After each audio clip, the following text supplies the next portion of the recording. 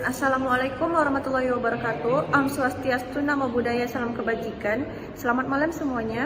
Saya sebagai moderator pada kelompok pertama, izinkan saya memperkenalkan diri. Nama saya Naila Nesila dengan NPM 2451178. Di sini kelompok kami akan membahas keunikan ilmu hukum sui generis. Perkenalkan, nama saya Fani Noventi Farliza dengan NPM 2451023. Saya dari kelompok 1, pengantar ilmu hukum dari kelas 1 IHMA. Jadi, pada kesempatan kali ini, saya akan menjelaskan tentang hakikat ilmu hukum sebagai ilmu yang bersifat sui generis. Sebelumnya, perlu diketahui bahwa ilmu hukum merupakan disiplin pengetahuan yang mempelajari hukum sebagai objek kajiannya. Hal ini mencakup analisis tentang aturan, sistem, dan fenomena hukum dalam masyarakat. Ilmu hukum berusaha menelaah hukum dari berbagai aspek, termasuk sejarah dan perkembangan hukum. Ilmu ini bersifat sui generis, yang berarti memiliki karakteristik unik yang membedakannya dari ilmu sosial lainnya. Dengan memahami ilmu hukum, seseorang dapat mengapresiasi peran hukum dalam menciptakan keadilan dan keteraturan sosial.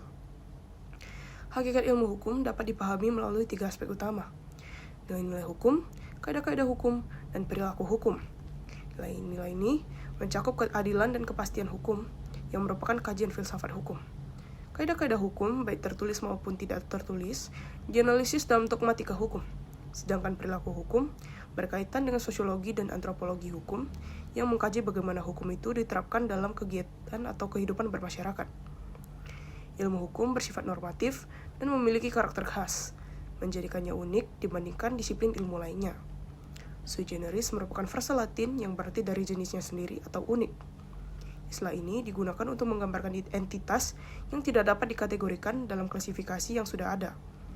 Dalam konteks hukum, ilmu hukum dianggap sui generis karena memiliki karakteristik dan norma yang khas, berbeda dari disiplin ilmu lainnya. Sekian dari saya, rekan saya akan menjelaskan materi yang lebih lanjut. Terima kasih. Perkenalkan, nama saya Benediktus Ferdinand Pandiangan dengan NPM 2451057. Kali ini saya akan menjelaskan tentang ilmu hukum yang bersifat sui generis. Sebelum itu, ilmu hukum sering disandingkan dengan ilmu hukum humaniora. Dikatakan bahwa ilmu hukum humaniora itu mempelajari sistem perilaku kemanusiaan dari penemu ilmu hukum humaniora ini. Tetapi tidak, ilmu hukum itu tidak mempelajari tentang sifat atau perilaku seseorang atau manusia, melainkan tentang etika serta moralitas seseorang. Maka dari itu, ilmu hukum sifatnya sui generis. Sebelum itu, sui generis itu berasal dari bahasa Latin, yaitu khusus atau khas atau satu jenis. Secara sistematis bisa dikatakan bahwa ilmu hukum sui generis itu sifatnya khas atau satu. Lalu, pada dasarnya semua cabang ilmu hukum itu sui generis, tetapi beda dari konteks metode penelitian serta objek penelitiannya. Tetapi ilmu hukum sui generis bisa dikatakan bahwa ilmu hukum itu hanya ada untuk mempelajari tentang ilmu hukum karakter yang ada pada sui generis, yang fungsinya untuk mengingat bahwa ilmu hukum sui generis itu ada karakter perilaku normatifnya. Sekian. Perkenalkan, nama saya Febrianto Telombanua dengan NPM 2451154. Baik, di sini saya akan memberikan ciri-ciri ilmu hukum sui generis. Yang pertama, ia normatif, yang artinya ia berfokus pada norma-norma dan aturan yang mengatur perilaku manusia dalam masyarakat. Hal ini berbeda dengan ilmu empiris yang lebih banyak berorientasi pada fakta dan data. Kemudian, luas cakupan. Cakupan ilmu hukum sangat luas dan mencakup berbagai aspek kehidupan. Ilmu hukum tidak hanya terbatas pada peraturan perundang-undangan, tetapi juga mencakup etika, moralitas, serta prinsip-prinsip keadilan. Lalu kemudian yang ketiga, metodologi khusus. Ilmu hukum memiliki metodologi yang khas dalam melakukan penelitian dan analisis.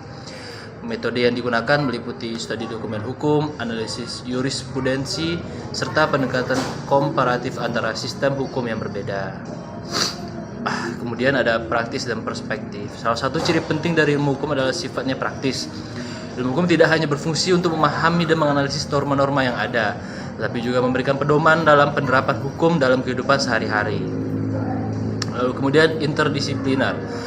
Ilmu hukum seringkali berinteraksi dengan disiplin ilmu lain seperti ekonomi, politik, sosiologi, dan filsafat.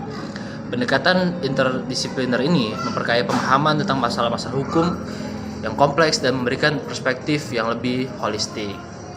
Nah, yang kemudian terakhir berbasis pada keadilan. Pada akhirnya tujuan utama dari ilmu hukum ialah adil. Untuk mencapai keadilan, ilmu hukum berusaha untuk menegakkan hak asasi manusia, melindungi individu dari penyalahgunaan kekuasaan, serta menciptakan keseimbangan antara kepentingan individu dan masyarakat. Jadi, ilmu hukum sebagai disiplin sui generis memiliki karakteristik yang unik, membedakannya dari ilmu lainnya. Dengan sifat normatif, cakupan luas, metodologi khusus, serta fokus pada praktik dan keadilan, ilmu hukum memainkan peran penting dalam membentuk tatanan sosial yang adil dan berkeadaban. Terima kasih. Perkenalkan, nama saya Nailani Sila dengan NPM 2451178. Di sini saya akan menjelaskan karakteristik normatif ilmu hukum. Ilmu hukum memiliki karakteristik yang khas, yaitu bersifat normatif. Ciri ini seringkali menimbulkan keraguan kepada kalangan sebagian orang yang meragukan esensi dari ilmu hukum. Mereka bertanya apakah ilmu hukum dapat disebut juga sebagai ilmu ilmiah, karena sifatnya normatif bukan empiris, berbeda dengan ilmu-ilmu lainnya. Lalu, ilmu hukum juga dapat disebut sebagai ilmu sui generis. Karakteristik normatif ilmu hukum yang bersifat khas yaitu: 1. Ilmu hukum bersifat normatif bukan empiris. Lalu yang kedua, ilmu hukum memiliki objek, metode, dan sifat yang berbeda dengan ilmu-ilmu lainnya. Lalu yang ketiga, ilmu hukum tidak dapat digolongkan sebagai ilmu alamiah, sosial, dan humaniora. Lalu yang keempat, ilmu hukum bersifat preskriptif, yaitu mempelajari tujuan-tujuan hukum, nilai-nilai keadilan, validitas hukum, konsep-konsep hukum, dan norma-norma hukum.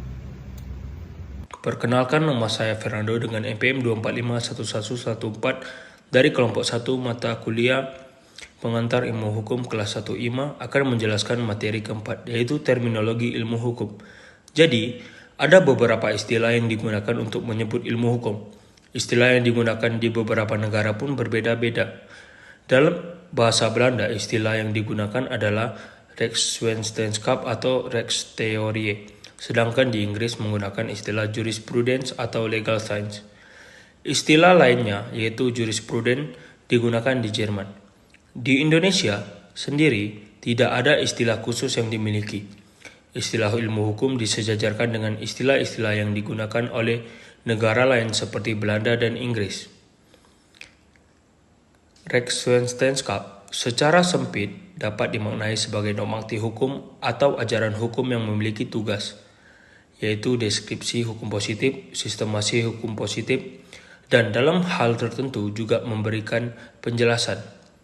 Maka dari itu, dogmatik hukum itu sendiri sesungguhnya memiliki nilai dan bukan sesuatu yang kosong. Rechtswetenschap dalam arti yang luas meliputi dogmatik hukum, teori hukum dalam arti sempit, dan filsafat hukum. Sementara itu, Rechtstheorie juga memiliki arti secara luas maupun sempit. Dalam arti sempit, Rechtstheorie merupakan lapisan dari ilmu hukum yang posisinya berada di antara dogmatik hukum dan filsafat hukum. Teori hukum dalam pengertian ini merupakan ilmu eksplanasi hukum. Teori hukum bersifat interdisipliner. Rechtstheorie memiliki makna yang sama dengan Rechtswetenschap dalam artinya yang luas. Istilah jurisprudence dan legal science yang digunakan di negara Inggris memiliki makna yang berbeda dibandingkan dengan istilah yang digunakan di Belanda. Lord Lloyd O. Hampstead dan M.D.A. Freeman dalam bukunya Lloyd Introduction to Jurisprudence memberikan gambaran sebagai berikut. Jurisprudence involved the study of general theoretical questions about the nature of law and legal system, about the relationship of law to justice and morality, and about the social nature of law and science. However, is concerned with empirically observable fact and event. Halo semuanya, perkenalkan nama saya Amanda Nur Aprilia Putri dengan nomor NPM 2451084. Di sini saya akan menjelaskan tentang ilmu hukum normatif dan juga ilmu hukum empiris. Secara garis besar, ilmu hukum dapat dibagi menjadi dua jenis utama, yaitu ilmu hukum normatif dan juga ilmu hukum empiris. Nah, ilmu hukum normatif berfokus pada norma-norma hukum yang tertulis dalam peraturan perundang-undangan. Ini berarti ilmu hukum normatif mempelajari aturan-aturan yang berlaku. Contohnya seperti menganalisis makna suatu pasal dalam undang-undang, membandingkan sistem hukum Indonesia dengan sistem hukum negara lainnya, dan juga mengembangkan teori hukum baru. Nah, dan juga ciri-ciri ilmu hukum normatif yaitu teoritis, lebih banyak berteori dan menganalisis hukum secara abstrak. Logis menggunakan logika deduktif untuk menarik kesimpulan dari premis-premis hukum. Nah, selanjutnya yang ketiga yaitu normatif berorientasi pada norma hukum yang ideal. Nah, selanjutnya yaitu tujuan dari ilmu hukum normatif adalah menjelaskan dan menginterpretasi hukum yang berlaku, mengembangkan teori hukum yang koheren dan sistematis, dan juga menyediakan dasar bagi penyusunan peraturan perundang-undangan yang baru. Saya akan menjelaskan tentang ilmu hukum empiris, lebih tertarik pada ilmu hukum praktiknya. Ilmu ini mempelajari bagaimana hukum diterapkan dalam kehidupan sehari-hari, dampak hukum terhadap masyarakat, serta faktor-faktor yang mempengaruhi perilaku hukum. Nah, contohnya seperti menganalisis efektivitas suatu undang-undang dalam mencapai tujuannya, mempelajari perilaku hakim dalam memutuskan perkara, dan juga mengevaluasi proses penyelesaian sengketa di pengadilan. Nah, ciri-ciri dari ilmu hukum empiris adalah menggunakan metode penelitian yang berbasis data empiris, seperti survei, wawancara, dan observasi. Lebih bersifat deskriptif, menggambarkan fenomena hukum yang sebagaimana adanya. Nah, tujuannya yaitu adalah memahami bagaimana hukum bekerja dalam masyarakat dan juga mengevaluasi efektivitas hukum dalam memecahkan masalah sosial, memberikan rekomendasi untuk perbaikan sistem hukum. Nah, meskipun berbeda, ilmu hukum normatif dan empiris saling melengkapi. Ilmu hukum normatif memberikan kerangka teoritis yang diperlukan untuk memahami hukum, sedangkan ilmu hukum empiris memberikan data empiris yang dapat digunakan untuk menguji dan juga mengembangkan teori hukum. Perkenalkan, nama saya Irfan Ahmad dengan NPM 245102. Saya hari ini akan menjelaskan mengenai lapisan utama ilmu hukum, yaitu ada ilmu hukum dogmatik, teori hukum, dan filsafat hukum. Yang pertama, ilmu hukum dogmatik. Ini adalah lapisan pertama yang berfokus pada penjelasan dan interpretasi hukum yang berlaku. Nah, ilmu hukum dogmatik ini mencakup semua aturan-aturan yang telah disahkan oleh pemerintah dan bagaimana aturan-aturan ini diterapkan dalam kehidupan sehari-hari. Ini adalah studi tentang hukum itu sendiri tanpa mempertimbangkan asal-usul atau implikasi lebih luas dari hukum tersebut. Yang kedua adalah teori hukum. Teori hukum ini adalah lapisan kedua yang berusaha untuk memahami dan menjelaskan hukum dari sudut pandang yang lebih luas. Nah, teori hukum mencakup berbagai pendekatan dan metode untuk menganalisis hukum, termasuk bagaimana hukum berkembang dan juga bagaimana hukum berfungsi dalam masyarakat. Seperti bagaimana itu terlaksanakan,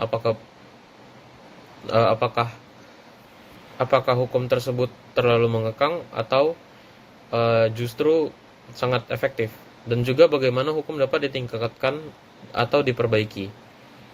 Teori hukum ini mencakup berbagai teori seperti utilitarianisme, kritisisme, dan feminisme. Yang ketiga ada filsafat hukum. Nah, filsafat hukum ini adalah lapisan tertinggi yang berusaha untuk memahami hukum dari perspektif filosofis. Filsafat hukum ini mempertanyakan dasar-dasar hukum, tujuan hukum, dan hubungannya dengan moralitas dan etika. Filsafat hukum mencakup pertanyaan tentang apa itu hukum, apa tujuannya, dan bagaimana hukum seharusnya berjalan di lingkup masyarakat.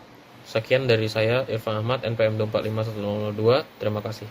Demikian presentasi yang dapat kami sampaikan. Semoga informasi yang kami sampaikan dapat bermanfaat dan memberikan wawasan baru untuk kita semua.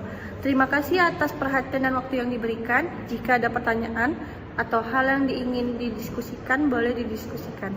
Sekali lagi terima kasih. Wassalamualaikum warahmatullahi wabarakatuh.